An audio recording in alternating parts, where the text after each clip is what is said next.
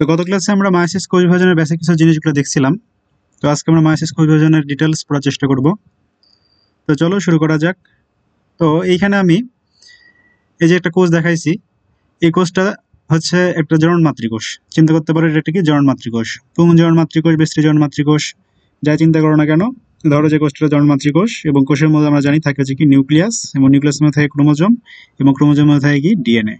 তো এখানে দেখো যে একটা ক্রোমোজোমে একটা ডিএনএ, তাই না? এখানে একটা ক্রোমোজোমে একটা ডিএনএ, এটা নর্মালি থাকে। তো যদি আমাদের এখানে যদি আমাদের এইখানে মোট ক্রোমোজোম থাকে হচ্ছে 2n, তাই না? আমরা জানি যে জনন মাতৃকোষ এক ধরনের দেহকোষ, এবং এইখানে যদি আমাদের ক্রোমোজোম থাকে কত 2n, তাহলে আমরা চিন্তা করতে পারি যে এখানে ডিএনএর পরিমাণও থাকবে হচ্ছে 2, এবং ডিএনএর পরিমাণটাকে যদি আমরা বড় হাতের n দ্বারা প্রকাশ করি তাহলে 2n, অর্থাৎ যদি 46টা ক্রোমোজোম থাকে সেখানে ডিএনএর পরিমাণ হবে 46, তাই না? দুই প্রস্থ ক্রোমোজোম থাকলে সেখানে দুই প্রস্থ ডিএনএও থাকবে। তো যাই হোক, এটা হচ্ছে জনন মাতৃকোষ, এটা হচ্ছে তার নিউক্লিয়াস, নিউক্লিয়াসের মধ্যে ক্রোমোজোম, এবং ক্রোমোজোমের মধ্যে আছে ডিএনএ। এখন এই জনন মাতৃকোষটা যদি কোষ বিভাজন করতে চাই, অর্থাৎ এই জনন মাতৃকোষটা যদি জনন কোষ উৎপন্ন করতে চাই, তাহলে পরের স্টেজে সে কি করবে? আমরা জানি যে কোষ বিভাজনের পূর্ব শর্ত হচ্ছে ডিএনএ রেপ্লিকেশন। একটা কোষের মধ্যে যে ডিএনএ থাকবে সেই ডিএনএটাকে অবশ্যই রেপ্লিকেট হইতে হবে। Without DNA replication there is no cell division. অর্থাৎ আমরা একটা কথা এটা মাইটোসিসও বলছি যে যদি একটা যে কোনো কোষ, শুধু জনন মাতৃকোষ না, যে কোনো কোষ যদি কোষটা বা সেলটা ডিভিশন করতে চাই, তাহলে অবশ্যই তার যে ডিএনএটা আছে সেই ডিএনএটাকে আগে রেপ্লিকেট হইতে হয়, ডিএনএটাকে রেপ্লিকেট হয়ে ডাবল হইতে হয়, এবং এইটা হয় এই যে ইন্টারফেজ আছে যেটা, অর্থাৎ যে বিশ্রাম পর্যায়ে বা প্রস্তুতি পর্যায়ে আছে কোষের, সেই প্রস্তুতি পর্যায়ের এস ফেজ বা এস দশায়। এই কথাটা কিন্তু বারবার মনে রাখতে হবে।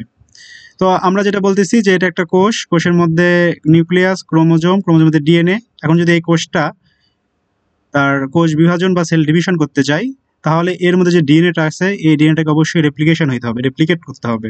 তো দেন পরের স্টেজে আমরা দেখবো যে এই যে ক্রোমোজোমের মধ্যে যে ডিএনএ গুলো আছে সেটা রেপ্লিকেট করে ডাবল হয়েছে। আর আমরা জানি যে ক্রোমোজোম যখন রেপ্লিকেট করে তখন সেগুলো সংখ্যায় দ্বিগুণ হয়ে যায়, তাই না? তো রেপ্লিকেট করে এই ক্রোমোজোমের মধ্যে যে ডিএনএটা আছে সেটাও ডাবল হয়েছে, এখানে ওইটাও এই যে এই ডিএনএটা ডাবল হয়েছে, এখানকার এই ডিএনএটা ডাবল হয়েছে। দেন নেক্সট স্টেজে কি হয়েছে দেখো, যে আমরা আমরা জানি যে হচ্ছে যে আমরা জানি যে একটা ক্রোমোজোমের মধ্যে একটা ডিএনএ থাকতে পারে নরমালি অবস্থায়। হ্যাঁ, যে একটা স্বাভাবিক অবস্থায় কি যে একটা ক্রোমোজোমে একটা ডিএনএ থাকবে, কিন্তু এখানে দেখো যে একটা ক্রোমোজোমে দুইটা ডিএনএ হয়ে গেছে, এইখানেও। তো আমরা জানি যে একটা ক্রোমোজোম কখনোই দুইটা ডিএনএ থাকতে পারে না, একটা ক্রোমোজোম কখনোই দুইটা ডিএনএ থাকতে পারে না। তো এই জন্যই তোমার যখন ডিএনএটা দুইটা হয়ে যাবে একটা ক্রোমোজোমের মাঝখানে, তখন আমাদের এই যে ক্রোমোজোম, এইটা তখন সেন্ট্রোমিয়ার ব্যতীত প্রথমে অনুদৈর্ঘ্য বরাবর দুইটা অংশে ভাগ হয়ে যাবে। অর্থাৎ ক্রোমোজোম এখানে একটাই আছে কিন্তু দুইটা পার্ট বা দুইটা ক্রোমাটিড তৈরি করছে। এই যে এটা কেন হইলো? এইটা হলো শুধুমাত্র যে ডিএনএ রেপ্লিকেশনের কারণে, অর্থাৎ যে ডিএনএ রেপ্লিকেশন করে ডাবল হয়েছে, কিন্তু ডাবল যে ডিএনএটা সেটা তো একটা ক্রোমোজোমে থাকতে পারে না। এই দুইটা ডিএনএ একটা ক্রোমোজোমে থাকার কারণে এই ক্রোমোজোমগুলো প্রত্যেকটা ক্রোমোজোম পরবর্তীতে এইভাবে দুইটা করে ক্রোমাটিড তৈরি করবে, যাতে দুইটা ক্রোমাটিডের মধ্যে সে দুইটা ডিএনএকে দিয়ে দিতে পারে, দুইটা ডিএনএকে সে কি করে দিতে পারে, ভাগ করে দিতে পারে। এই জন্য বলা হয়েছে যে রেপ্লিকেশন অফ ডিএনএ, হ্যাঁ, replication of DNA leads to the duplication of chromosome. অর্থাৎ ডিএনএ রেপ্লিকেশন হওয়ার ফলে এই যে ক্রোমোজোমগুলো দেখতেছো এগুলো ডুপ্লিকেশন হবে, এগুলো কি হবে? ডুপ্লিকেশন হবে। অর্থাৎ এরা একটা ক্রোমোজোম তখন দুইটা করে ক্রোমাটিড তৈরি করবে, একটা ক্রোমোজোম তখন দুইটা করে ক্রোমাটিড তৈরি করবে। এইখানে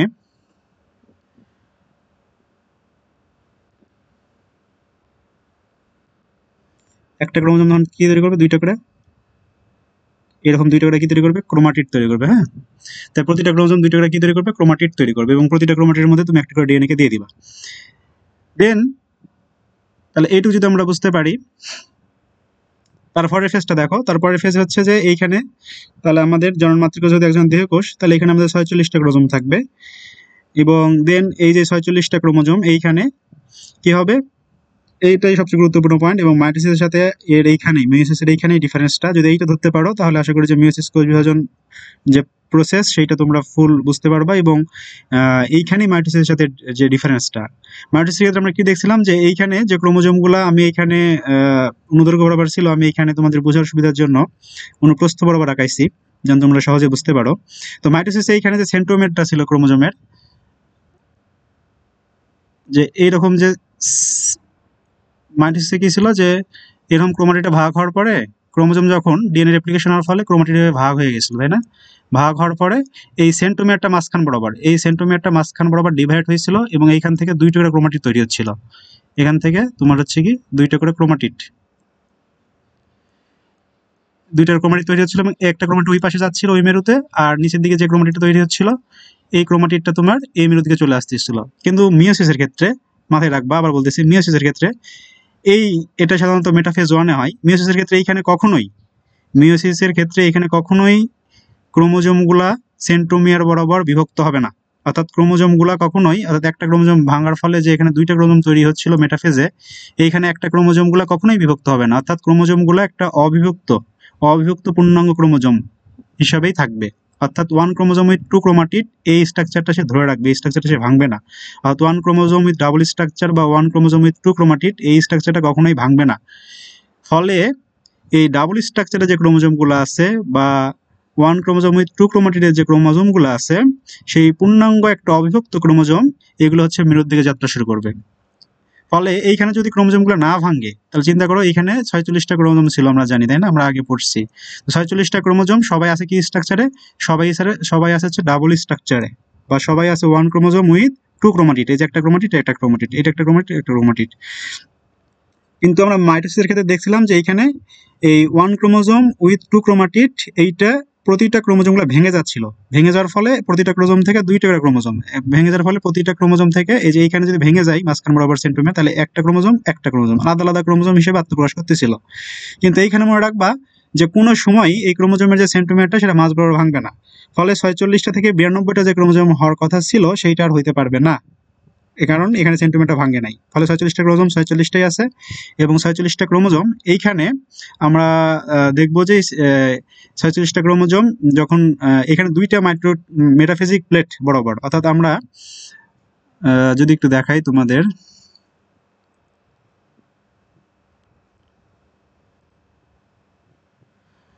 আমরা মাইটোসিসের ক্ষেত্রে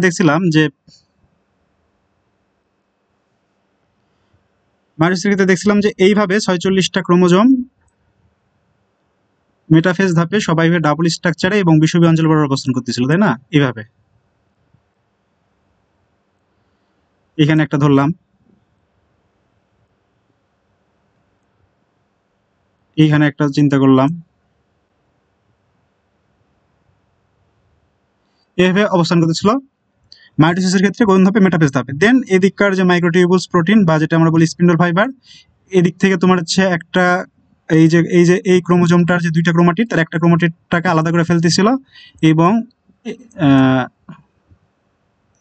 একটা ক্রোমাটিড আলাদা করে ফেলতেছিল। ফলে আবার এই দিককার যে মাইক্রোটিউবুলসটা ছিল সেইটা এই ক্রোমোজোমের আরেকটা ক্রোমাটিড আলাদা করে ফেলতেছিল। ফলে এখানে একটা ক্রোমোজোম থেকে দুইটা ক্রোমোজোম সৃষ্টি হচ্ছিল, তাই না? এরকম দুইটা ক্রোমোজোম, সিঙ্গেল স্ট্রাকচারে দুইটা ক্রোমোজোম সৃষ্টি হচ্ছিল, যে 1 ক্রোমোজোম উইথ 1 ক্রোমাটিড। এখানে 1 ক্রোমোজোম উইথ 2 ক্রোমাটিড, এই স্ট্রাকচার থেকে 1 ক্রোমোজোম উইথ 1 ক্রোমাটিড এইরকম স্ট্রাকচারের সিঙ্গেল স্ট্রাকচারে দুইটা ক্রোমোজোম তৈরি হচ্ছিল এবং তারা এই বিষুবীয় অঞ্চল বরাবর 46টা ক্রোমোজোম সজ্জিত ছিল।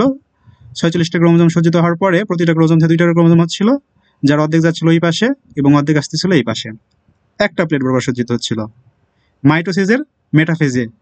তো এই প্লেটটাকে আমরা বলি মেটাফিজিক প্লেট। তো ওইখানে কিন্তু একটা প্লেট ছিল। আর মিওসিসের ক্ষেত্রে আমরা দেখব এই মেটাফিজিক প্লেট হবে দুইটা, অর্থাৎ উপরে 23টা ক্রোমোজোম ডাবল স্ট্রাকচারে সজ্জিত হবে, নিচে মানে আমি যে চিন্তা করি যে এই প্লেট বরাবর উপর নিচে, হ্যাঁ, দুইটা মেটাফিজিক প্লেট তৈরি হবে। এই বরাবর ডাবল স্ট্রাকচারে ধরো যে তোমার ডাবল স্ট্রাকচারে একটা ক্রোমোজোম আছে, দুইটা দেখায় যে এখানে ধরো যে দুইটা ক্রোমোজোম আছে ডাবল স্ট্রাকচারে উপরের প্লেট বরাবর, সেম নিচে আর একটা প্লেট, এই প্লেট বরাবর দুইটা মেটাফিজিক প্লেট তৈরি হবে। এখানে মেটাফেজ ধাপে মিওসিসের ক্ষেত্রে দুইটা মেটাফিজিক প্লেট, এই প্লেট বরাবর আবার 23 ধরলাম যে দুইটা দেখাচ্ছি। তো এই ধরলাম যে এরকম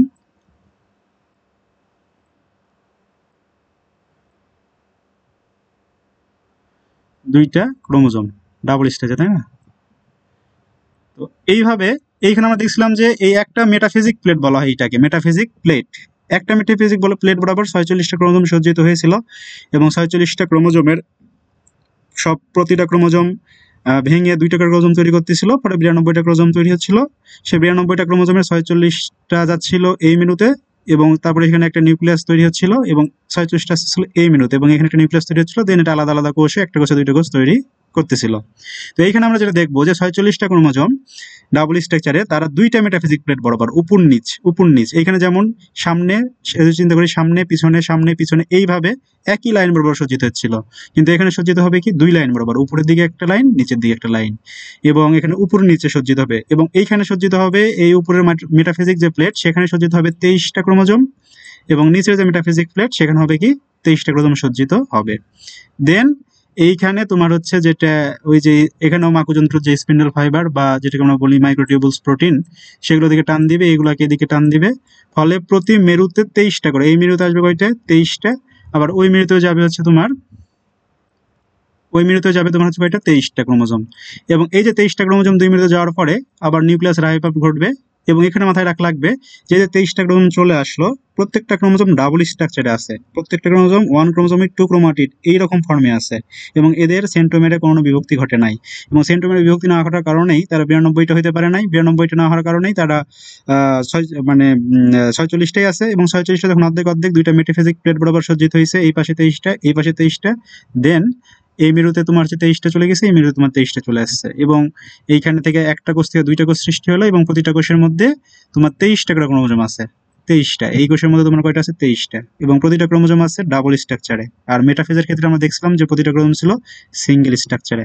আশা করি যদি এই পয়েন্টটা বুঝো তাহলে এই জিনিসটা সহজে বুঝতে পারবা। তো দেখো আমি এখানে দেখাইছি যে এখানে মাইক্রোটিউবুলস যে প্রোটিনটা আছে বা স্পিন্ডল ফাইবার, সে হচ্ছে যে এই মেটাফেজিক, এখানে 2টা মেটাফেজিক প্লেট তৈরি হবে মেটাফেজ ধাপে বিষুবীয় অঞ্চল বরাবর, এই যে একটা মেটাফিজিক প্লেট এই বরাবর 23টা সজ্জিত হবে এরকম ক্রোমোজোম ডাবল স্ট্রাকচারে, এই মেটাফিজিক প্লেট বরাবর সজ্জিত হবে 23টা ক্রোমোজোম এরকম ডাবল স্ট্রাকচারে।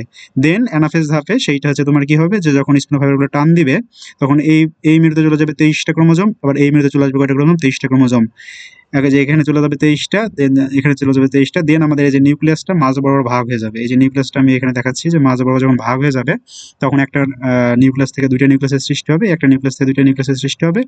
দেন আমরা যে সেলটা আছে অর্থাৎ ক্যারোকাইনেসিস হওয়ার পরেই সাইটোকাইনেসিস ঘটবে, এখানে সেলটাও দেন মাঝ বরাবর যে তোমার ভাগ হয়ে যায়, তাহলে এই যে একটা সেল থেকে আমার হচ্ছে যে মানে যে এইটা যদি নিউক্লিয়াসটা ভাগ হলো না, নিউক্লিয়াস ভাগ হওয়ার পরে এটা সেলটাও 2 অংশ ভাগ হয়ে যাবে, ফলে আমরা দেখবো যে একটা সেল থেকে কয়টা সেল তৈরি হবে 2টা সেল তৈরি হবে। একটা সেল থেকে যেখানে আমরা চিন্তা যদি করি ভাবে যে এটা হচ্ছে 2টা সেল তৈরি হয়েছে। দেন এই যেখানে 2টা সেল আমি দেখাইছি, এবং প্রতিটা সেলে দেখো যে 23টা করে নিউক্লিয়াস আছে, 23টা করে হচ্ছে যে ক্রোমোজোম আছে, এবং সব ক্রোমোজোম আছে ডাবল স্ট্রাকচারে। তো এইখানে দেখো যেটা বলতেছি মানে মিওসিস 1, কেন এখানে মিওসিস 1 বললাম এটাকে, কারণ এখানে দেখো যে আমাদের যে মাতৃকোষ, এই যে এটা চিন্তা করতে পারো যে মাতৃকোষে আমাদের ক্রোমোজোম ছিল হচ্ছে 46টা এবং ছিল সিঙ্গেল স্ট্রাকচারে, কিন্তু আমরা দেখলাম যে এখানে মিওসিস 1-এ যে 2টা অপত্য কোষ সৃষ্টি হলো, এইটা একটা আর এইটা একটা, এখানে ক্রোমোজোম হয়ে গেল 23টা করে, অর্থাৎ ক্রোমোজোম সংখ্যা মাতৃকোষের ক্রোমোজোম সংখ্যা অর্ধেক হয়ে গেল, এবং এখানে ক্রোমোজোমগুলো আছে ডাবল স্ট্রাকচারে। এবং এই জন্য যেহেতু ক্রোমোজোম সংখ্যা হ্রাস পাইলো, এই জন্য এইটাকে আমরা বলি হচ্ছে যে প্রকৃত রাশিমূলক বিভাজন, এবং এটাকে আমরা বলতেছি মিওসিস 1। মিওসিসের 2টা পর্যায়ের মধ্যে এটাকে আমরা বলতেছি মিওসিস 1। দেন এই যে মিওসিস 2, যেটা দেখো এখানে যে 2টা কোষ সৃষ্টি হয়েছে, এটা একটা কোষ এটা একটা কোষ, এটা খুব ইজি যে মিওসিস 2 এক ধরনের মাইটোসিস কোষ বিভাজন। জাস্ট এইখানে এই যে ডাবল স্ট্রাকচারের যে ক্রোমোজোমগুলো আছে না, এইটা এখন এটা ভাগ হবে। এখন এটা ভাগ হলে মানে কি, এখানে যদি মাইটোসিস ঘটে তাহলে আমরা জানি যে ক্রোমোজোম সংখ্যা কোনো হ্রাস ঘটবে না। এখানে যে 23টা ক্রোমোজোম আছে, এখান থেকে যে 2টা কোষ তৈরি হবে, এখানেও 23টা ক্রোমোজোম থাকবে, এখানেও 23টা ক্রোমোজোম থাকবে, অর্থাৎ ক্রোমোজোম সংখ্যা কোনো হ্রাস ঘটবে না। জাস্ট কি হবে, তুমি এইভাবে চিন্তা করতে পারো যে এই যে সেন্ট্রোমিয়ারটা আছে নিউক্লিয়াসের, এই সেন্ট্রোমিয়ার বরাবর ভাগ হয়ে যাবে, তাহলে এদিকে একটা ক্রোমোজোম এদিকে একটা ক্রোমোজোম, বা এই মাছ দিয়ে চিন্তা করতে পারো যে এই 2টা যদি সেন্ট্রোমিয়ারটা মাছ বরাবর ভাগ হয়ে যায়, তাহলে এদিকে একটা ক্রোমোজোম এদিকে একটা ক্রোমোজোম, তো সেটাই দেখাচ্ছে, এইদিকে একটা ক্রোমোজোম আসছে আর এই যে ক্রোমোজোমটা ধরো যে এদিকে আসছে, জাস্ট একটা কোষ থেকে 2টা কোষ সৃষ্টি হয়েছে। তো আমাদের কিন্তু মেটাফেজ 1 যেটা মায়োসিস 1-এ, মেটাফেজ 1-এ কিন্তু ক্রোমোজোমের সেন্ট্রোমিয়ারটা বিভক্ত হয় নাই, কিন্তু আমরা যখন দেখতেছি মায়োসিস 2 সংঘটিত হচ্ছে, তখন মেটাফেজ 2-এ যে দেখবো, মেটাফেজ 2-এ যে আমরা দেখবো যে এখানে সেন্ট্রোমিয়ারটা ভাগ হয়ে যাবে, ভাগ হয়ে গেলে আবার একটা কোষে 2টি কোষ তৈরি হবে, এবং এখানে যখন ভাগ হবে তখন এখানে ক্রোমোজোম তোমার মোট হবে কয়টা বলো তো, এখানে যে 23টা আছে তাই না, তাহলে এখানে যে 23টা যে ক্রোমোজোম যদি ভাগ হয় তাহলে মোট কয়টা হবে 46টা ক্রোমোজোম। দেন এই 46টা ক্রোমোজোমকে তুমি অর্ধেক অর্ধেক করে দিবে, একটা সেলে 23টা দিলে একটা সেলে 23টা দিলা, মানে কি এই কোষ থেকে 2টা করে কোষ তৈরি হইলো এবং প্রতিটা কোষে আবার 23টা করে ক্রোমোজোমই স্থির থাকলো। আবার এই ক্ষেত্রেও সেম জিনিসটাই হবে, এই কোষ থেকে 2টা কোষ তৈরি হবে এবং এইবারে আসে, অর্থাৎ মিওসিস 2 তে এসে, মিওসিস 2 এর মেটাফেজ 2 তে এসে তোমার এই যে সেন্ট্রোমিয়ারটা এইটা মাঝ বরাবর 2টা অংশে ভাগ হয়ে যাবে। মাঝ বরাবর 2টা অংশে ভাগ হয়ে গেলে এখানে 23টা থেকে 46টা ক্রোমোজোম হবে এবং 46টা ক্রোমোজোমকে তুমি দেন 2টা কোষে ভাগ করে দিবা, তাহলে এইখানে যাবে 23টা, হ্যাঁ এইখানে যাবে 23টা। তো জাস্ট এইখানে কিন্তু তখন কিন্তু এগুলো মাতৃকোষ হিসেবে কাজ করতেছে আর এইগুলো কিন্তু সন্তান অপত্য কোষ। তো দেখো যে মাতৃকোষে যে 23টা ক্রোমোজোম আছে, অপত্য কোষে কিন্তু ক্রোমোজোম সংখ্যা হ্রাস ঘটে নাই, অপত্য কোষে ক্রোমোজোম সংখ্যা সমান আছে, এখানেও সমান থাকবে। সো এই মাতৃকোষে যদি ক্রোমোজোম সংখ্যার সাথে অপত্য কোষের ক্রোমোজোম সংখ্যা সমান থাকে, কোনো প্রকার চেঞ্জ না হয়, তাহলে আমরা বলতে পারবো না যে এটা এক ধরনের মাইটোসিস কোষ বিভাজন। এই জন্যই বলা হয় যে মিওসিস 2 এক ধরনের মাইটোসিস কোষ বিভাজন। এই ক্ষেত্রেও সেম, যে এই ক্ষেত্রে মাতৃকোষের ক্রোমোজোম সংখ্যার সাথে অপত্য কোষের ক্রোমোজোম সংখ্যা সমান থাকে, যেটা মায়োসিস 2 তে হচ্ছে, এবং এই জন্য আমরা মায়োসিস 2 কে এক ধরনের মাইটোসিস কোষ বিভাজনও বলতে পারি। তো আমরা আলটিমেটলি কি দেখলাম? আলটিমেটলি আমরা দেখলাম, দেখো যে একটা জনন মাতৃকোষ হইতে আমাদের 4টা জনন কোষ, 1 2 3 4 4টা জনন কোষ তৈরি হচ্ছে এবং জনন মাতৃকোষে আমাদের যে ক্রোমোজোম সংখ্যা 2n বা 46 বা ডিপ্লয়েড সংখ্যক ছিল, কিন্তু মায়োসিস হওয়ার ফলে আমাদের যে জনন কোষগুলো তৈরি হচ্ছে সেখানে আমরা প্রত্যেকটা জনন কোষে দেখেছি যে ক্রোমোজোম সংখ্যা অর্ধেক হ্রাস পাচ্ছে, অর্থাৎ n বা হ্যাপ্লয়েড হয়ে যাচ্ছে। এটাই হচ্ছে যে আমাদের মিওসিস কোষ বিভাজনের গুরুত্ব বা তাৎপর্য।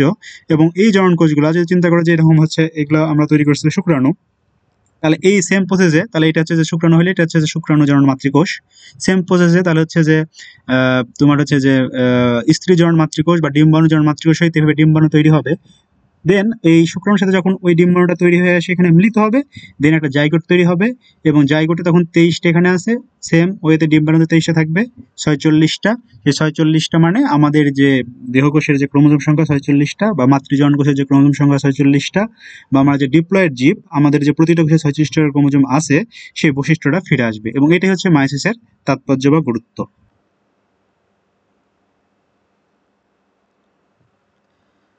আচ্ছা, আমরা আরেকটা বিষয় এখানে মাথায় রাখতে পারি, সেটা হচ্ছে যে এইখানে দেখো, এখানে আমরা বলছিলাম যে এখানে ছিল হচ্ছে যে তোমার,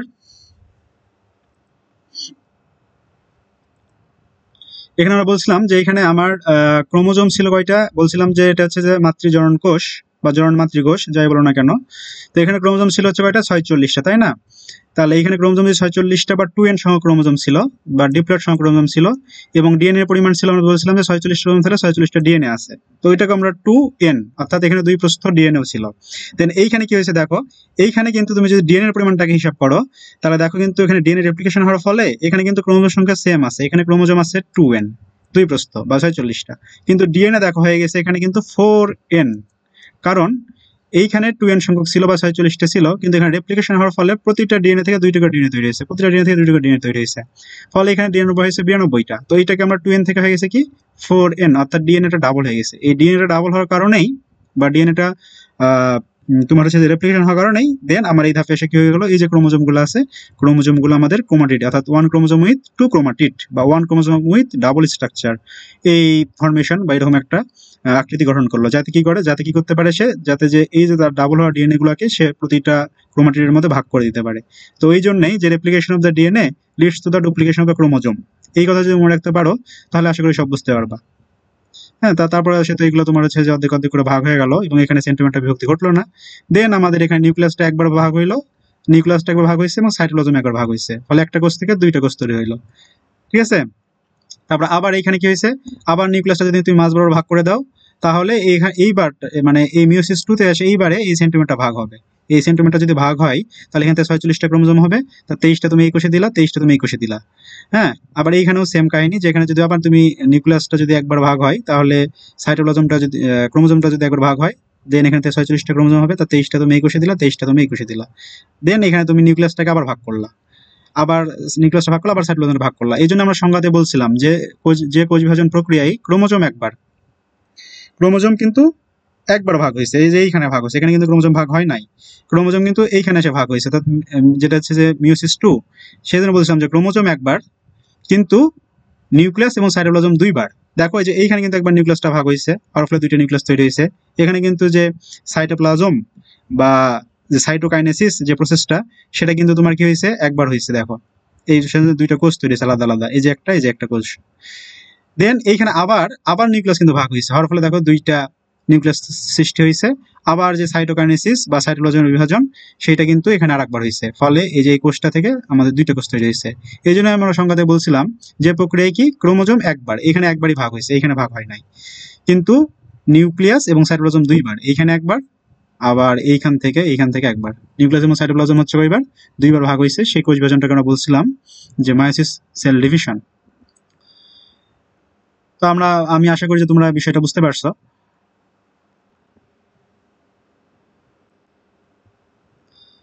আচ্ছা দেখো, এখানে প্রথমে লেখা আছে মায়োসিস কোষ বিভাজন ডিপ্লয়েড জীবের জনন মাতৃকোষে।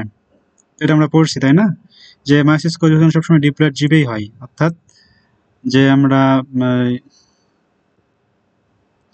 ডিপ্লয়েড জীবেই হয়। ডিপ্লয়েড জীব মানে যেগুলো জীবের ক্রোমোজোম সংখ্যা হচ্ছে কি 2 প্রস্থ। যেসব জীবের কোষে ক্রোমোজোম সংখ্যা হচ্ছে ডিপ্লয়েড সংখ্যক বা 2n, সেই সব ডিপ্লয়েড জীবে বা ডিপ্লয়েড কোষে এই সবসময় মায়োসিস কোষ বিভাজনটা সম্পূর্ণ হয়। এবং মায়োসিস হইলে সে ডিপ্লয়েড থেকে সেই কোষটা কিসে হয়? হ্যাপ্লয়েডে পরিণত হয়, অর্থাৎ সেখানে ক্রোমোজোম সংখ্যা অর্ধেকে হ্রাস পায় বা এক প্রস্থ ক্রোমোজোম বিশিষ্ট একটা কোষের তৈরি হয়। তাহলে মায়োসিস কোষ বিভাজন ডিপ্লয়েড জীবের জনন মাতৃকোষে। তোমার বলছিলাম যে জনন মাতৃকোষ যেটা আছে, সেই জনন মাতৃকোষে ডিপ্লয়েড জীবের মায়োসিস কোষ বিভাজনটা হয়। জনন মাতৃকোষ কি, যে যেটা হচ্ছে যে মেলের ক্ষেত্রে হচ্ছে আমরা বলি স্পার্মাটোগোনিয়া বা প্রাইমারি স্পার্মাটোসাইট, এবং ফিমেলের ক্ষেত্রে হচ্ছে ওগোনিয়া বা প্রাইমারি ওসাইট, এটাকে আমরা বলি জনন মাতৃকোষ। যে এটা হচ্ছে যে শুক্রাশয়, আর ফিমেলের ক্ষেত্রে ডিম্বাশয়ে অবস্থান করে। অথবা হ্যাপ্লয়েড জীবের জাইগোটে, তাই না? তো হ্যাপ্লয়েড জীব মানেই তো তাদের যে কোষে ক্রোমোজোম সংখ্যা সেটা হচ্ছে হ্যাপ্লয়েড বা এন। তো এইখানে তো এই জনন মাতৃকোষে তাদের ক্রোমোজোম সংখ্যা এন। হ্যাঁ, তো জনন মাতৃকোষে যদি তাদের ক্রোমোজোম সংখ্যা এন হয়, জনন মাতৃকোষ হতে জনন কোষ যে তৈরি হবে সেইখানে তাদের যে মিওসিস হওয়ার কোনো অবকাশ নাই। কারণ কি, এখানে যদি মিওসিস হয়ে যায় জনন মাতৃকোষ হইতে জনন কোষ তৈরি গেলে, সেখানে ক্রোমোজোম সংখ্যা হয়ে যাবে n/2। এই n/2 বা ভগ্নাংশ, এই ধরনের কোনো ক্রোমোজোম আসলে জেনেটিক্সে নাই, আমরা আগেই বলছি এইগুলা। তো কথা হচ্ছে যে তাহলে এদের জনন মাতৃকোষে যখন জনন কোষ তৈরি হবে, এটা বিশেষ প্রক্রিয়ায় কিছু পরিবর্তনের মধ্য দিয়ে এই জনন মাতৃকোষের ভিতরে জনন কোষ তৈরি হবে, এবং সেই জনন কোষটা হবে তোমার হচ্ছে কি মাইটোসিস প্রক্রিয়া উৎপন্ন হবে, এবং সেখানে ক্রোমোজোম সংখ্যা হ্রাস পাবে না। অর্থাৎ জনন মাতৃকোষ হইতে জনন কোষ, ক্রোমোজোম সংখ্যার কোনো হ্রাস ঘটবে না, ক্রোমোজোম সংখ্যা সেম থাকবে। দেন এই জনন কোষ যখন বিপরীত জনন কোষগুলো অর্থাৎ শুক্রাণু এবং ডিম্বাণু মিলিত হবে, মিলিত হয়ে যখন তারা জাইগোট তৈরি করবে, তখন জাইগোটে দেখা যাবে যে যখন জাইগোট তৈরি করবে তখন দেখা যাবে জাইগোটে তোমার যে ক্রোমোজোম সেটা হয়েছে কত 2n, তাই না? কিন্তু অর্থাৎ ডিপ্লয়েড সংখ্যক ক্রোমোজোম হয়েছে, কিন্তু তাদের যে পূর্ব প্রজাতি অর্থাৎ তাদের যে পিতামাতা তারা ছিল হ্যাপ্লয়েড, কিন্তু জাইগোট থেকে যে সন্তানটা তৈরি হবে সেখানে আমরা দেখতে পাচ্ছি কি যে ক্রোমোজোম সংখ্যা হচ্ছে ডিপ্লয়েড। সো এইখানে হইতে হবে এবার মিওসিস। এখানে যদি মিওসিস হয় বা মায়োসিস হয়, তাহলে এই ক্রোমোজোম সংখ্যা কি হবে? অর্ধেক হ্রাস পাবে, অর্থাৎ 2n থেকে সেটা হয়ে যাবে কি n। তাহলে আমরা বলতে পারবো যে ডিপ্লয়েড জীবের ক্ষেত্রে যে জনন মাতৃকোষ, সেই জনন মাতৃকোষ হচ্ছে মায়োসিস। আর হ্যাপ্লয়েড জীবের ক্ষেত্রে এই জাইগোট যখন ফর্মেশন হবে, জাইগোট ফর্মেশন হওয়ার পরে হবে হচ্ছে তোমার কি মায়োসিসের সেল ডিভিশনটা। তারপরে দেখো যে এই বিভাজন প্রক্রিয়ায় নিউক্লিয়াস একটি জটিল পরিবর্তনের মাধ্যমে দুইবার বিভক্ত হয়। এটা আমরা দেখলাম যে নিউক্লিয়াসটা দুইবার বিভক্ত, একটু আগে আমরা দেখছি কি দেখলাম যে নিউক্লিয়াস, চিন্তা করো যে এখানে প্রথমে কি আছে 46টা ক্রোমোজোম ছিল, দেন 23টা এই মেরুতে যায় নিউক্লিয়াসের, হ্যাঁ, আবার 23টা আসে হচ্ছে যে এই মেরুতে, দেন নিউক্লিয়াসটা মাঝ বরাবর ভাগ হয়, তাহলে একবার বিভাজিত হইল। দেন এই 23টা আবার কি করে M2 বা মায়োসিস 2, যেটাকে আমরা এক ধরনের মাইটোসিস বলতেছি, সেখানে কিন্তু এখানে 23টা থেকে 46টা ক্রোমোজোম হয়ে যায়। 46টা ক্রোমোজোম হইলে আবার এই যে এইটা যেটা হয়েছে নিউক্লিয়াস, এখানেও কি হয়েছে 23টা আছে, তাই না? তো M2 তে এটা হচ্ছে M1 এ হয়, আর M2 তে কি হয় যে এখানে 23টা থেকে আবার M2 এক ধরনের মাইটোসিস 46টা ক্রোমোজোম হয়ে যায় নিউক্লিয়াসে। তখন 46টা ক্রোমোজোম হয়ে গেলে সেটাকে 23টা করে ভাগ করে দিতে হয়।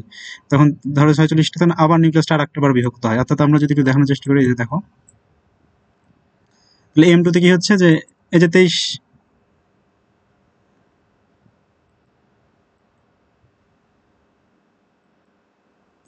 23টা ক্রোমোজোম, এইটা কত হয়ে গেছে 46টা হয়ে যাবে M2 তে। তখন এইটাকে আবার আমরা এই যে 23, এই যে 23,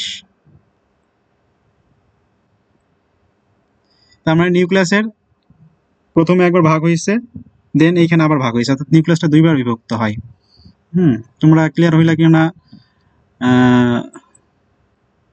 জানি না। তারপরও আচ্ছা, আর একটা বার দেখাই তাহলে। দেখো বিষয়টা আসলে কি, যে প্রথমে আমাদের নিউক্লিয়াস ছিল, তাই না? সেই নিউক্লিয়াসে কয়টা ছিল ক্রোমোজোম? 46টা। 46টা ক্রোমোজোম ছিল, 23টা করে প্রথমে ভাগ হয়ে যায়। এই মেরুতে 23টা যায়, এই মেরুতে 23টা যায়, যেটা হচ্ছে মিওসিস 1, যেখানে ক্রোমোজোম সংখ্যা অর্ধেক হ্রাস পায়, অর্থাৎ 46টা থেকে 23টা করে হয়ে যায়। দেন এই নিউক্লিয়াসটা একবার ভাগ হইল। নিউক্লিয়াসটা একবার ভাগ হইলে তাহলে এই পাশে যে কোষটা তৈরি হইলো, সেই কোষের নিউক্লিয়াস আমার আছে কয়টা ক্রোমোজোম? 23টা। আবার এই পাশে আর একটা কোষ তৈরি হইলো, এখানে আমার ক্রোমোজোম আছে কয়টা? 23টা। এখন মিওসিস, এটা হচ্ছে মিওসিস 1। এখন আবার কি হবে? মিওসিস 2 হবে। তো মিওসিস যখন 2 হবে, তখন আমরা দেখব যে এই নিউক্লিয়াসটা আবার ভাগ হবে, এই যে নিউক্লিয়াসটা আবার ভাগ হবে। এবং মিওসিস 2, এই মিওসিস 2 হচ্ছে এক ধরনের কি বলছি? মাইটোসিস। তখন এই যে ক্রোমোজোম সংখ্যাটা 23 আর থাকে না, তখন ডাবল হয়, অর্থাৎ এখানে হয় যায় ক্রোমোজোম তখন 46টা। কয়টা ক্রোমোজোম হয়? 46টা। এবং 46টা হওয়ার পরে এটা আবার এই যে মাঝখান বড় ভাগ হয়, এটাও সেম হবে।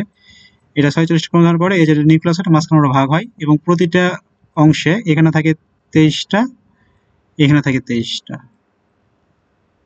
এক্ষেত্রে সেম, যে নিউক্লিয়াসের দুই অংশে এখানে থাকবে 23টা, এখানে থাকবে 23টা। তো এই কথা এখানে বলছে যে এখানে ক্রোমোজোম একবার, কিন্তু নিউক্লিয়াসটা তোমার দুইবার ভাগ হয়। দেখো এখানে কিন্তু যে 23টা ভাগ আছে 46টা, এখানে 46টা হবে মোট।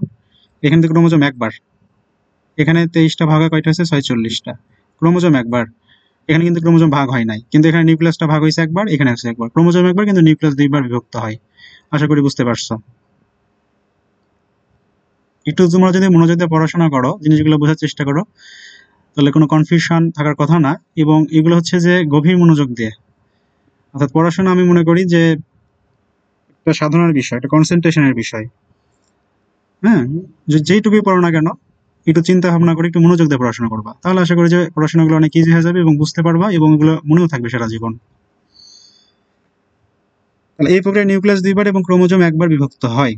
দেন যে কোষ বিভাজন প্রক্রিয়ায় নিউক্লিয়াস পরপর দুইবার এবং ক্রোমোজোম মাত্র একবার বিভাজিত হয়ে মাতৃকোষের ক্রোমোজোমের অর্ধেক সংখ্যক ক্রোমোজোম যুক্ত 4টা পত্য কোষ। এগুলো আমরা পড়ছি যে কি, যে যদি একবার মিওসিস কোষ বিভাজন কোনো কোষে হয়, তাই না? এটা যদি একটা কোষ ধরলাম, যে একটা জনন মাতৃকোষে চিন্তা করি, এই কোষে যদি মিওসিস কোষ বিভাজনের মধ্যে যায়, তাহলে এই কোষ হইতে 4টা পত্য কোষ তৈরি হবে।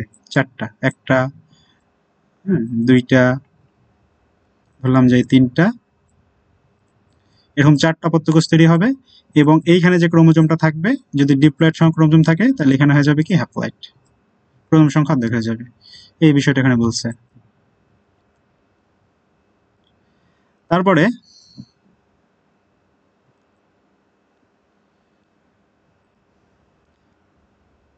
মিওসিস কোষ, আচ্ছা, তারপর দেখো যে সহজভাবে বলা যায় যে কোষ বিভাজন প্রক্রিয়ায় মাতৃকোষ থেকে 4টি অপত্য কোষ সৃষ্টি হয় এবং নতুন সৃষ্টি কোষের ক্রোমোজোম সংখ্যা, একই কথা বারবার আসতেছে, আশা করি এগুলো বুঝতে পারবা।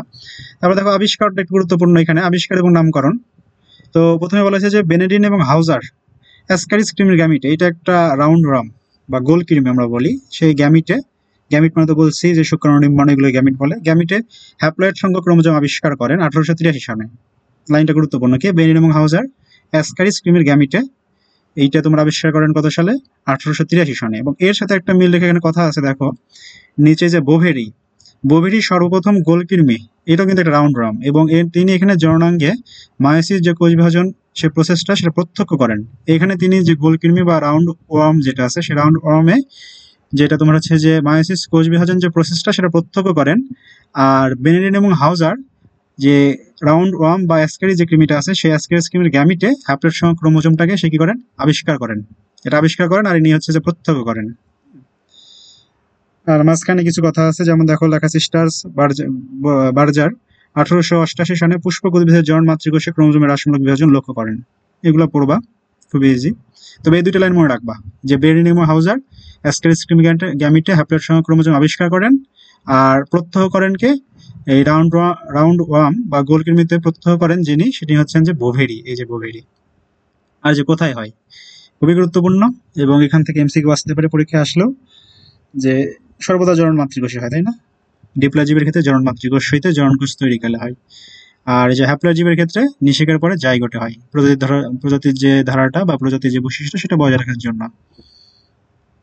আর উচ্চ শ্রেণীর ডিপ্লয়েড জীবে মায়োসিস হয় নিষেকের পূর্বে জনন মাতৃর সাথে গ্যামিট সৃষ্টিকালে বা জননকোষ সৃষ্টিকালে। আচ্ছা, তারপরে যে টপিক আছে জীবনের ধারাবাহিকতা রক্ষায় মায়োসিসের অবদান। এই যে এতক্ষণ যে পড়ালাম তোমাদের ফার্স্ট ক্লাসে পড়াইছি, এই ক্লাসে পড়াইলাম, যা বলছি এইগুলা এই সব এখানে লেখা আছে এবং ওগুলা বলে দিবা, লিখে দিবা, তাহলেই হবে। এখানে সবচেয়ে গুরুত্বপূর্ণ যে পয়েন্টটা সেটা হচ্ছে এখানে ডিপ্লয়েড জীবে গ্যামিট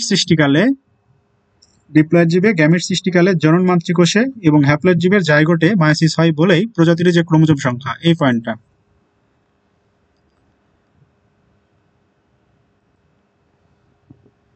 মায়োসিস হয় বলেই প্রজাতির ক্রোমোজোম সংখ্যা ও বৈশিষ্ট্য বংশ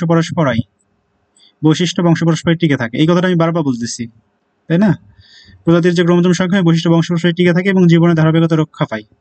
অর্থাৎ বলছিলাম যে যদি ধরো আরেকটা বার বলি, তাও এই যে এই 2n এটা হচ্ছে জনন মাতৃকোষ, তো এখানে যদি মায়োসিস না হইতো, মায়োসিস না হয়ে যদি জনন মাতৃকোষে জননকোষ তৈরি হইতো, তাহলে ধরলাম যেটা শুক্রাণুর জননকোষ, এটা হচ্ছে যে ডিম্বাণু জননকোষ এবং কোথাও মায়োসিস হয় নাই, তাহলে তোমার যে উৎপন্ন জাইগোট সেটা হয়ে যেত কি 4n। ফলে দেখো আমার যে পিতা মাতা অর্থাৎ আমার যে পুরো প্রজাতি, সেখানে আমার ক্রোমোজোম গুলো ছিল হচ্ছে কত 2n করে, ডিপ্লয়েড সংখ্যক ক্রোমোজোম ছিল, 2 প্রস্থ ক্রোমোজোম 46টা করে ছিল মানুষের ক্ষেত্রে। কিন্তু আমার যে জাইগোট থেকে একসময় ভ্রূণ তৈরি হয়, ভ্রূণ থেকে একটা পূর্ণাঙ্গ প্রাণী তৈরি হয়, সেখানে ক্রোমোজোম হয়ে গেছে ডাবল 4n বা 92টা করে। দেন এই প্রজাতি যখন অর্থাৎ আবার এই সন্তানগুলো যখন এক সময় গ্যামিট তৈরি করবে, সেখানে 92টা করে ক্রোমোজোম তৈরি করবে, গ্যামিটে যদি মিওসিস না হয়। তো সেইখানে ওই 92টা প্লাস আবার ডিম্বাণু থাকবে 92টা, আবার ডবল হয়ে যাবে, অর্থাৎ এইভাবে চলতেই থাকবে, ক্রোমোজোম সংখ্যা প্রতি জেনারেশনে ডাবল হতে থাকবে। ফলে কি হবে? ফলে পূর্ব প্রজাতির সাথে আমাদের পরবর্তী যে প্রজাতি, সেই প্রজাতির কোনো বৈশিষ্ট্যের বা প্রজাতির যে বৈশিষ্ট্য সেগুলো হচ্ছে কোনো মিল থাকবে না, অর্থাৎ প্রজাতিটা একসময় বিলুপ্ত হয়ে যাবে, প্রজাতির যে কোনো ধারা সেটা পৃথিবীতে অব্যাহত থাকবে না, যেটা সম্ভব নয়। হ্যাঁ, তো কথা হচ্ছে যে মায়োসিস হবেই। কোথায় মায়োসিস হবে? যে ডিপ্লয়েড জীবের ক্ষেত্রে গ্যামিট সৃষ্টির যে পূর্বে জনন মাতৃকোষের সাথে গ্যামিট সৃষ্টিকালে, আর হ্যাপ্লয়েড জীবের ক্ষেত্রে কোথায়? হ্যাপ্লয়েড জীবের ক্ষেত্রে হচ্ছে যে জাইগোটে। এগুলো বলছি বারবার, এগুলা পড়লে এখন বুঝতে পারবা। কারণ একটা কারণ বলছিলাম এখানে, যে আমরা জানি যে এই যে যদি ক্রোমোজোম সংখ্যা ডাবল হয়ে যায়, আমরা জানি যে ক্রোমোজোমের মধ্যে কি থাকে বলতো? ক্রোমোজোমের মধ্যে যে ক্রোমোজোম হয়, ক্রোমোজোমের মধ্যে থাকে হচ্ছে ডিএনএ। আমার এই যে ডিএনএ থাকে, তাহলে এই ডিএনএর আবার আমরা একটা অংশকে বলতে পারি কি জিন বলতে পারি, এই যে এই অংশ, এবং এই জিনগুলো হচ্ছে যে আমাদের যে জীবের সকল বৈশিষ্ট্য ক্যারি করে, সকল বৈশিষ্ট্য বহন করে। তো এই বৈশিষ্ট্যগুলা বহন করে জিন, তাহলে এই জিন বা ক্রোমোজোম যদি ডাবল হয়ে যায়, ডাবল হতে থাকে বা বেশি বৃদ্ধি পেতে থাকে, তাহলে জিনগুলো ডাবল হবে বা তার সংখ্যাগুলো বৃদ্ধি পাবে। ফলে একসময় দেখা যাবে যে প্রজাতির যে ধারাটা সেটা রক্ষা হবে না, বা যে বৈশিষ্ট্যগুলো সেগুলো আর কি। তারপরে দেখো মায়োসিসের বৈশিষ্ট্য। তো মায়োসিসের বৈশিষ্ট্য নিম্নরূপ। দেখো 1 নম্বর লেখা আছে ডিপ্লয়েড জীবে মায়োসিস সাধারণত জনন মাতৃকোষে হয়ে থাকে, একই কথা। 2 নম্বর হচ্ছে এই ধরনের কোষ বিভাজনে নিউক্লিয়াস 2বার বিভক্ত হয় কিন্তু ক্রোমোজোম 1বার বিভক্ত হয়, আমরা পড়ছি। এই যে প্রোফেজ 1 দীর্ঘস্থায়ী বিধায়ী 5টি উপপর্যায়ে বিভক্ত করা চলে। একটু পরে আমরা এই জিনিসটা বুঝবো, এখন আপাতত বোঝার দরকার নাই। দেখো একটু পরে আমরা বুঝবো যে মায়োসিসের ক্ষেত্রে মায়োসিস 2টা পর্যায়ে ভাগ করা যায়, মায়োসিস 1 এবং মায়োসিস 2। সেখানে আবার প্রোফেজ 1 আছে, সেটা আবার 5টি উপপর্যায় আছে। তারপরে দেখো হোমোলোগাস ক্রোমোজোম জোড় বেঁধে বাইভ্যালেন্ট সৃষ্টি করে।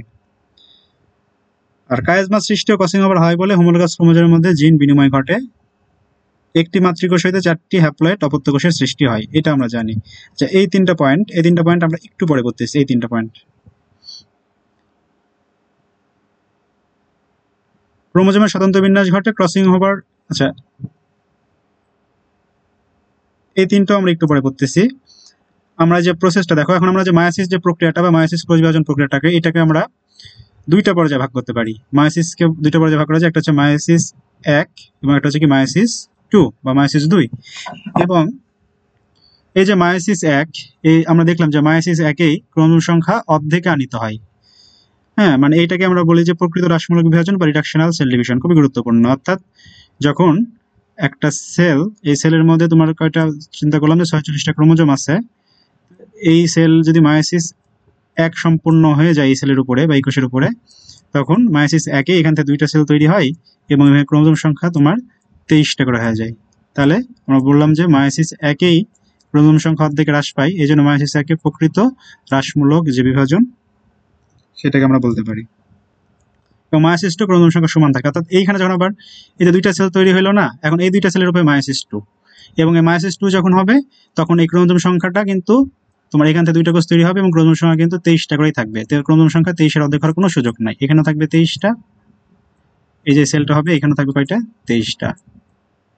আবার এই সেলটা থেকেও দুইটা কোষ তৈরি হবে মায়োসিস টুতে, তখন ক্রোমোজোম সংখ্যা এখানে ছিল 23টা, তাহলে এই দুইটা সেল তৈরি হবে, এখানে ক্রোমোজোম সংখ্যা হ্রাস পাবে না, সমান থাকবে, এখানে হবে 23টা, আবার এইখানেও হবে কয়টা, 23টা। অর্থাৎ আমরা যেটা বলতেছিলাম যে মায়োসিস টু বা মিয়োসিস টু এক ধরনের মাইটোসিস কোষ বিভাজন।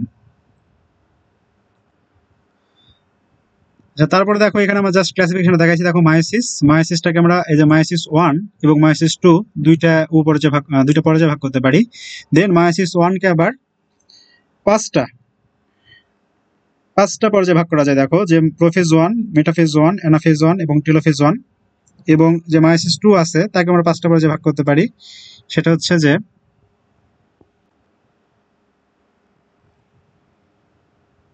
দেখো এখানে আমরা যে মায়োসিস যে কোষ বিভাজনটা আছে সেটাকে আমরা প্রথমত দুইটা অংশে ভাগ করছি, একটা হচ্ছে মায়োসিস 1 এবং মায়োসিস 2। দেন মায়োসিস 1 কে আমরা আবার চারটা পর্যায়ে ভাগ করছি, প্রোফেজ 1, মেটাফেজ 1, অ্যানাফেজ 1 এবং টেলোফেজ 2। মায়োসিস 2 তে শুধুমাত্র 2টা হবে, প্রোফেজ 2, মেটাফেজ 2, অ্যানাফেজ 2, টেলোফেজ 2। এবং এখানে যে বিষয়টা দেখো, আমরা এটাকে মনে রাখতে পারি পি ম্যাট, একটা ছন্দ আছে, আমরা এই ছন্দ দ্বারা এটাকে মনে রাখতে পারি। হ্যাঁ, এটাকে মনে রাখতে আমরা কি, পি ম্যাট, এম এ টি। এবং মজার বিষয় হচ্ছে দেখো আমরা কিন্তু মায়োসিসে কোনো প্রো মেটাফেজ ধাপ পাবো না, প্রোফেজের পরে মেটাফেজ, যেটা আমরা মাইটোসিসের ক্ষেত্রে দেখছিলাম যে প্রোফেজের পরে প্রো মেটাফেজ একটা ধাপ ছিল। মায়োসিসে প্রোফেজের পরে মেটাফেজ, অ্যানাফেজ, টেলোফেজ। এটা হচ্ছে যে মায়োসিস 1, এই জন্য প্রোফেজ 1, মেটাফেজ 1, অ্যানাফেজ 1 এবং টেলোফেজ 1। আর মায়োসিস যেহেতু 2, then same prophase 2, metaphase 2, anaphase 2 and telophase 2। এখন এই যে প্রোফেজ 1, এইটা একটা দীর্ঘস্থায়ী এবং অত্যন্ত গুরুত্বপূর্ণ ধাপ। মায়োসিসের সবচেয়ে গুরুত্বপূর্ণ ধাপ হচ্ছে যে প্রোফেজ 1।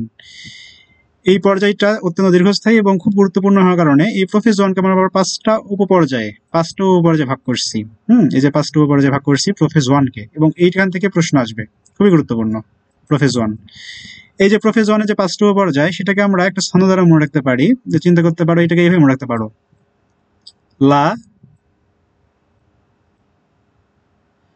যারা, জে এ আর এ, লা যারা পানি, পি এ এন আই, পানি দে দে। একটা হিন্দি একটা ছন্দ, চিন্তা করতে পারো। এই লাতে হচ্ছে কি ল্যাপটোটিন, লা যারা, যারাতে হচ্ছে কি জাইগোটিন, লা যারা পানিতে হচ্ছে কি প্যাকাইটিন, তাই না, পানি দে দে, ডিপ্লোটিন দে, আর দে তার একটা কি ডায়াকাইনেসিস। তো জাস্ট এটা মনে রাখার জন্য দেখো leptotene, zygotene, pachytene, diplotene, diakinesis, লা যারা পানি দে দে, লা যারা পানি দে দে। এবার তাছাড়াও দেখো যে এই যে টিন, এই যে চ্যাপ্টার শেষে কি আছে, টিন আছে, টিন মানে সুতা, টি ই এন ই, এও মনে রাখতে পারো। হ্যাঁ, যে চারটা শেষে টিন আছে, শেষে হচ্ছে কাইনেসিস, ডায়াকাইনেসিস। এবং এটাকে আমরা কি বললাম,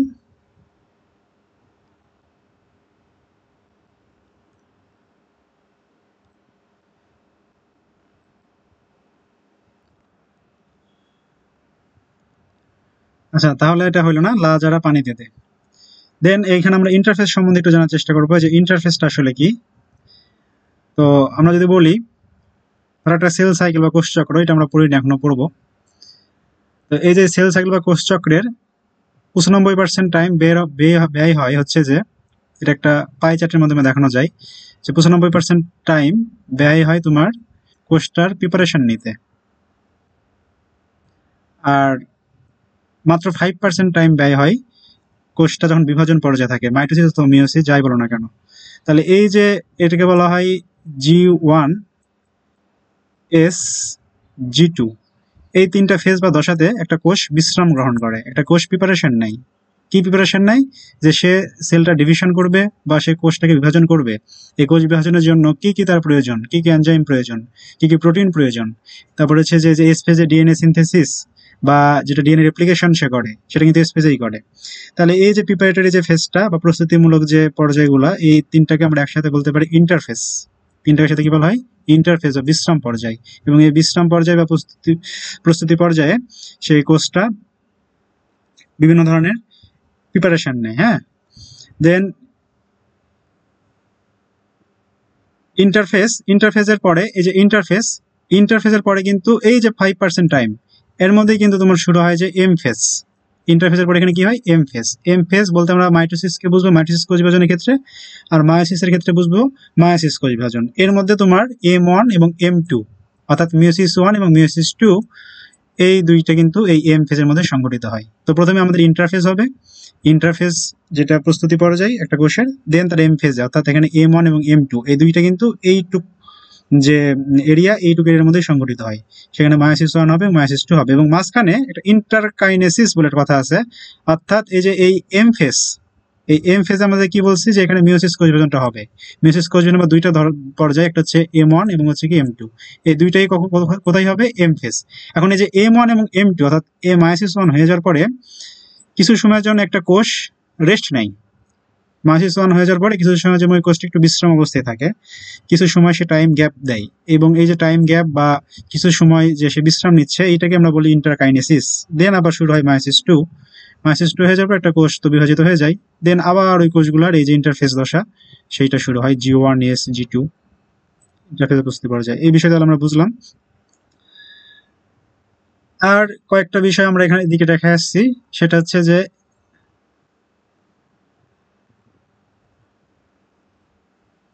এই যে এখানে প্রোফেজ একে দীর্ঘস্থায়ী বিধাকে 5টা উপরে ভাগ করা হয়েছে, তো আমরা এখন বুঝলাম যে প্রোফেজ একে যে যারা পানি দিয়ে দেয় 5টা উপরে ভাগ করা হয়েছে, যেহেতু এটা খুব দীর্ঘস্থায়ী এবং গুরুত্বপূর্ণ। দেন হোমোলোগাস ক্রোমোজোম জোড়া বেঁধে বাইভ্যালেন্ট সৃষ্টি করে। আচ্ছা, এটা খুব গুরুত্বপূর্ণ একটা কথা যে হোমোলোগাস ক্রোমোজোম, যদি আমরা ডিটেলস যখন প্রবর্তন এটা জানবো, তারপরে জাস্ট যে আমরা জানি যে আমাদের যে জনন মাতৃকোষে 46টা ক্রোমোজোম আছে, তাই না? 46টার মধ্যে 23টা আসে কই থেকে? মাতা হইতে, বা 23টা আসে পিতা হইতে। তো ধরলাম যে এইটা এবং এই ক্রোমোজোম গুলাকে 1 থেকে 23 পর্যন্ত নাম্বারিং করা যায়। হ্যাঁ, তো ধরলাম যেটা 3 নম্বর যে ক্রোমোজোমটা সেটা কই থেকে আসছে? পিতা হইতে আসছে। তাহলে আমরা এই ক্রোমোজোম নাম দিতে পারি 3p বা 3 প্যাটার্নাল, অর্থাৎ পিতার 3 নম্বর ক্রোমোজোম। তাহলে এইখানে মিওসিসের সময় এর সাথে জোড়া বেঁধে থাকবে মাথা হতে আগত আর একটা ক্রোমোজোম, এটাকে আমরা নাম দিতে পারি 3 ম্যাটার্নাল। হ্যাঁ, এইভাবে আমরা 1 থেকে 23 পর্যন্ত যে ক্রোমোজোম গুলা পিতা হইতে আসে তাকে নাম্বারিং করতে পারি, মাথা হইতে আসে সেগুলোকে নাম্বারিং করতে পারি। যদি 3 নম্বর পিতার যে ক্রোমোজোমটা আসছে ঠিক সেম 3 নম্বর যে মাতার ক্রোমোজোমটা আছে তারা পরস্পর জোড়া বেঁধে থাকবে, পরস্পর পাশাপাশি অবস্থান করে থাকবে। হ্যাঁ, এই জোড়টাকে আমরা বলি বাইভ্যালেন্ট। এই জোড়া বেঁধে বা জোড়া বাঁধা যে অবস্থাটা এটাকে আমরা বলি কি? বাইভ্যালেন্ট। এবং এটা যদি 3 নম্বর পিতার ক্রোমোজোম হয় তাহলে এটা অবশ্যই হবে 3 নম্বর মাতার ক্রোমোজোম। যদি এখানে চিন্তা করলাম যে এটা আমার 11 নম্বর পিতার ক্রোমোজোম, তাহলে আসলে থাকবে কে? আসলে থাকবে তোমার হচ্ছে যে 11 নম্বর মাতার ক্রোমোজোম। এইভাবে 23 জোড়া ক্রোমোজোম, 1 জোড়া 2 জোড়া এভাবে করতে করতে 23 জোড়া ক্রোমোজোম, মোট 46টা ক্রোমোজোম আমাদের জনন মাতৃকোষে বা ডিপ্লয়েড সেলগুলোতে থাকে। এখন বিষয় হচ্ছে কেন এই 3p এবং 3m? কারণ এই পিতার যে ক্রোমোজোমের যে ডিএনএটা আছে, হ্যাঁ 3 নম্বর ক্রোমোজোমের যে ডিএনএটা যেটা পিতা হতে আসছে, আবার যে 3 নম্বর ক্রোমোজোমের যে ডিএনএটা যেটা মাতা হতে আসছে, এই দুইটা ডিএনএ সেম, দুইটা ডিএনএ একই ডিএনএ। সেম বলতে আমরা যেটা বুঝতেছি বা বলতে চাচ্ছি যে এই ডিএনএর মধ্যে যে জিনগুলো থাকবে, যে জিনগুলো থাকবে, যে জিনগুলো থাকবে এই ডিএনএতে সেম ঠিক সেই জিনগুলোই থাকবে। ধরো যে এই পিতার, আমরা তো জানি যে ডিএনএর একটা অংশ বা ডিএনএ এর মধ্যে অবস্থান করে জিন, ধরো যে এই অংশতে অবস্থান করতেছে জিন, তো পিতার এই জিনটা তোমার দেহের কালার নির্ধারণ করে, দেহের কি? কালার। তাহলে মাতা হতে আগত যে ক্রোমোজোম, সেই ক্রোমোজোমের মধ্যে এই একই লোকজ বরাবর যে জিনটা থাকবে, এই জিনটাও তোমার দেহের কালার নির্ধারণ করবে। এখন কালার বিপরীত হইতে পারে, একটা ফর্সা হইতে পারে, একটা কালো হইতে পারে, বা দুইটাই ফর্সা হইতে পারে, সেটা বিষয় না। কিন্তু এদের যে ডিএনএটা, অর্থাৎ এই যে পিতার যে ডিএনএটা এই ক্রোমোজোমের এবং মাতার যে ডিএনএটা এই ক্রোমোজোমের যে ডিএনএটা, সে দুইটাই সেম হবে। ধরলাম যে এইখানে যে জিনগুলো, এইখানে যে জিনটা আছে, এইখানে ধরলাম যে এইখানে জিনটা তোমার চোখের কালার নির্ধারণ করে পিতার এই ক্রোমোজোম জিনটা, তাহলে মাতার এই যে ডিএনএটা আছে, এই ডিএনএর এইখানে যে জিনটা থাকবেই জিন, এইখানে দুইটা করে জিন একটা বৈশিষ্ট্য প্রকাশ করে। তাহলে এই জিনটা অবশ্যই তোমার চোখের কালার নির্ধারণ করবে, এ চোখের কালার নির্ধারণ করবে, এও চোখের কালার নির্ধারণ করবে। অর্থাৎ এই ডিএনএ তুমি যে যে জিনগুলো পাবা, এই ডিএনএতে সেম সেই জিনগুলাই পাবা। এই জন্য এই ডিএনএটা আর এই ডিএনএটাকে বলতেছি একই ডিএনএ, সেম ডিএনএ। এবং এটা একটা আসে পিতা হইতে, একটা আসে মাথা হইতে। তখন এই যে জোড় বাঁধা এই যে ক্রোমোজোম দুইটা, এই দুইটাকে আমরা তখন বলি হোমোলোগাস ক্রোমোজোম। এই ক্রোমোজোম এর হোমোলোগাস, এই ক্রোমোজোম এর হোমোলোগাস। ঠিক এটা যদি চিন্তা করলাম যে এটা হচ্ছে 11p, পিতা থেকে আসে 11 নম্বর ক্রোমোজোম, তাহলে এটা হবে কি 11m, এটা মাথা হতে আসে 11 নম্বর ক্রোমোজোম। এবং এই দুইটা কি আছে, জোড়া অবস্থায় থাকবে সবসময়। মিয়োসিস কোষ বিভাজনের ক্ষেত্রে এইটা তোমার হচ্ছে যে বাইভ্যালেন্ট তৈরি করবে, জোড়া সৃষ্টি করবে। কখন জোড়া সৃষ্টি করবে এটা আমরা দেখবো, যে জাইগোটিন একটা পর্যায়ে আছে প্রোফেজ 1 এর, সেই জাইগোটিনটা জোড়া সৃষ্টি করবে। এবং এইখানে তোমার যে ডিএনএ থাকবে, ডিএনএ মধ্যে জিনগুলো থাকবে, এইখানে যে ডিএনএ থাকবে তার মধ্যে জিনগুলো থাকবে সেম জিন হবে।